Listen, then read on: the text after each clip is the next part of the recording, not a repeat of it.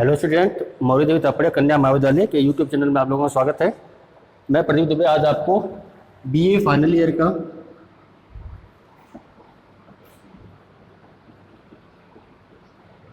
एक topic class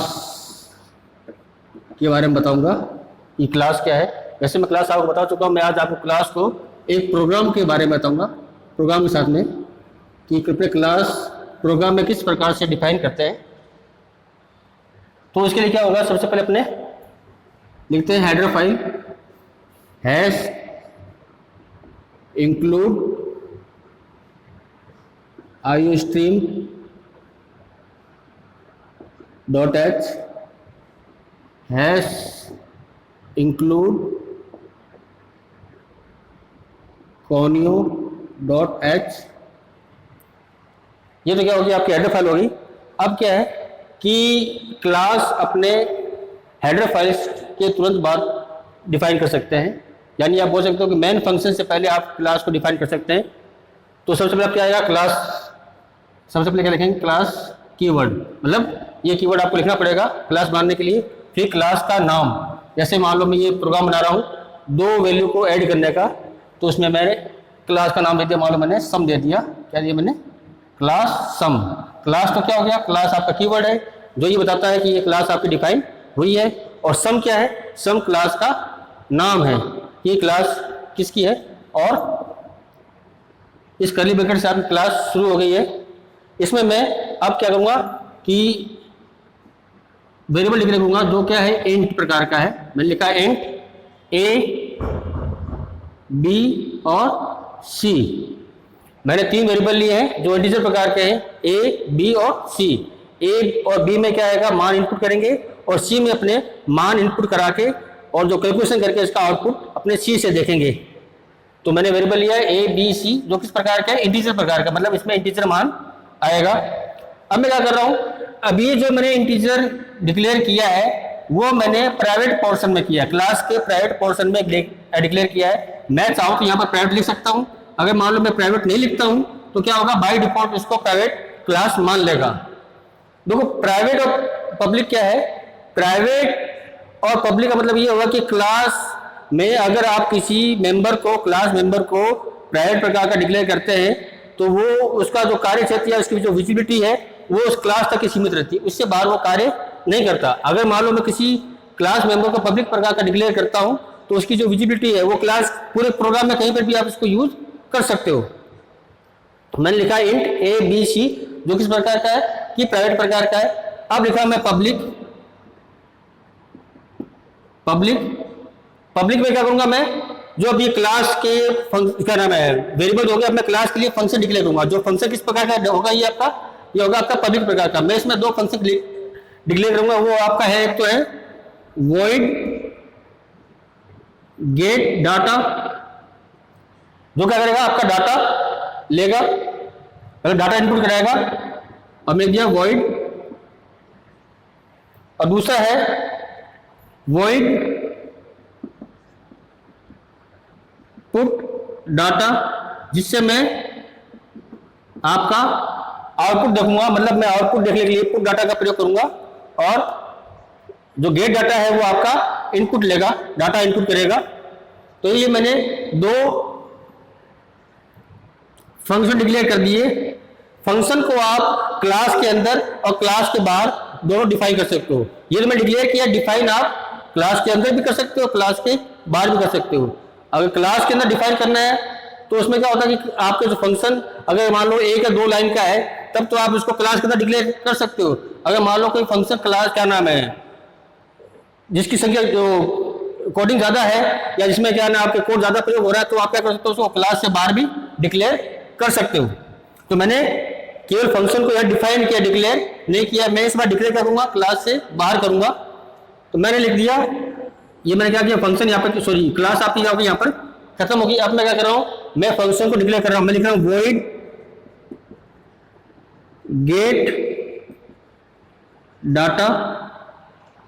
अब क्या है, ये स्कोप रेजोल्यूशन ऑपरेटर है। ये क्या है, स्कोप रेजोल्यूशन ऑपरेटर है। सॉरी, ये गलती कर दी मैंने। इसमें क्या है, पहले आपका क्या आएगा, क्लास का नाम आएगा void sum, ये है आपका scope resolution operator.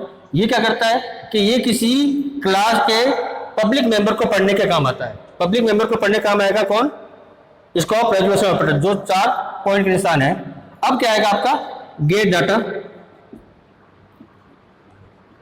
Gate data. अब इसमें मुझे क्या करना है वो मैं इसमें डिफाइन करूंगा। मुझे इस फंक्शन से क्या कार्य करना है, अब मैं उसमें लिखूंगा। मुझे लिखना है इसके अंदर, जैसे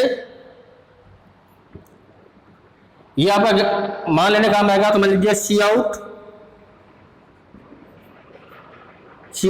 enter value of A and B. मैं ए के लिए और बी के लिए क्या कर रहा हूं, मान इनपुट करा रहा हूं,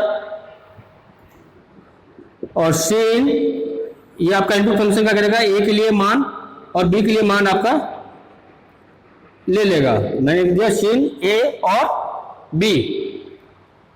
इस फंक्शन का कार्य केवल क्या था कि डाटा इनपुट करना था, तो मैंने इसके लिए जो लिखना था कोड मैंने लिख दिया। अब मैं कहूंगा दूसरे फंक्शन के यानी पुट डाटा के लिए मैं फंक्शन लिखूंगा। मैं यहां लिख रहा हूं void sum। void क्या है कि ये मान रिटर्न नहीं करेगा, मैंने दिया उस तरीके ये क्लास का नाम सम, फिर दोबारा वही स्कोप रेजोल्यूशन ऑपरेटर। अब क्या है पुट डाटा, इसका जो आर्ग्यूमेंट है वो void प्रकार का है।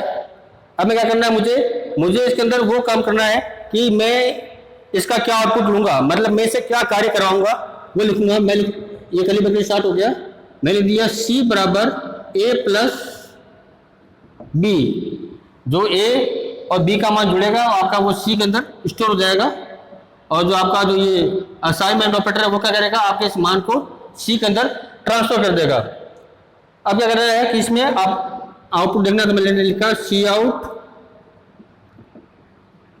Total of A and B. ठीक है, अब मैं चाहता हूं कि इसमें ए का मान दिखे मुझे, तो मैं कर सकता हूं, मैं लिख सकता हूं ए का क्या मान था, बराबर जैसा लगा दिया मालूम मैंने, बराबर आपका क्या हो जाएगा, प्रिंट होकर आएगा। फिर लिख दिया मैंने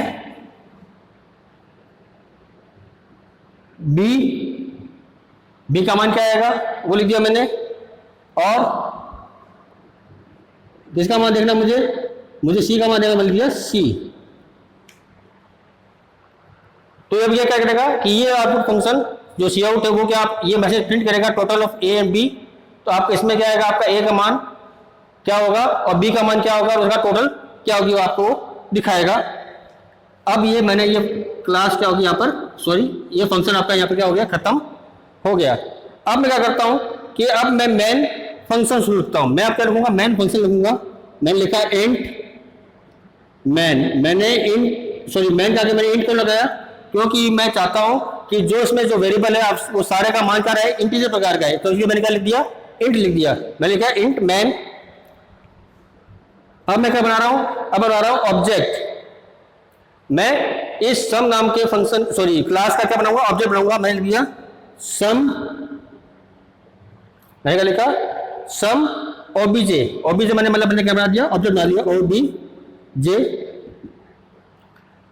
अब मुझे ऑब्जेक्ट द्वारा फंक्शन को कॉल करना है या फंक्शन को बुलाना है मेंबर फंक्शन के द्वारा। तो मैं उसे क्या करूंगा, मैं लिखूंगा ऑब्जेक्ट ओबीजे डॉट क्या है, डॉट एक ऑपरेटर है जो क्या करता है, मेंबर फंक्शन को कॉल करता है। तो मैं लिखा OBJ dot gate data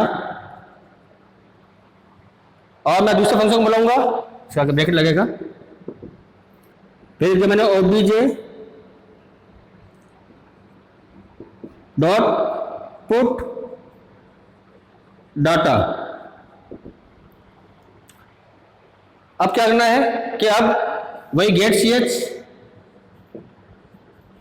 programme खत्म और रिटर्न मुझे मान क्या करना है, 0 रिटर्न करना है, कोई मान मुझे रिटर्न नहीं कराना, तो इसलिए मैंने क्या दिया 0, और ये आपका मेन फंक्शन खत्म। अब क्या होगा कि जब ये कंपाइलर आपका सबसे पहले क्या करेगा, क्लास को पढ़ेगा। क्लास कौन सी है, सम है, मैं क्लास का नाम है, और ये क्लास क्या आपका कीवर्ड है। इसमें मैंने ए और बी और सी 3 वेरिएबल लिए हैं। ये आपका क्या है, ये आपका वेरिएबल है, ये आपका डाटा मेंबर है, ये आपका क्या है, सो क्लास मेंबर है, ये आपका क्या है, क्लास मेंबर है, इसको बोला जाएगा डाटा मेंबर। जो किस प्रकार में, ये आपका प्राइवेट प्रकार का है, और ये जो फंक्शन मैंने बनाया है वो किस प्रकार के हैं, ये आपके पब्लिक प्रकार के, इसलिए मैंने आगे क्या लिख दिया, पब्लिक लिख दिया। मैंने 2 फंक्शन बनाए हैं, void gate data, void put data. Gate data आपका मान इनपुट लेगा, पुट डाटा आपको आउटपुट दिखाएगा। यहाँ पे क्लास यहाँ पर खत्म होगी। क्लास जब खत्म होती है तो लास्ट में सेमीकोलन के कर्ली ब्रैकेट के बाद में आपको सेमीकोलन लगाना पड़ता है।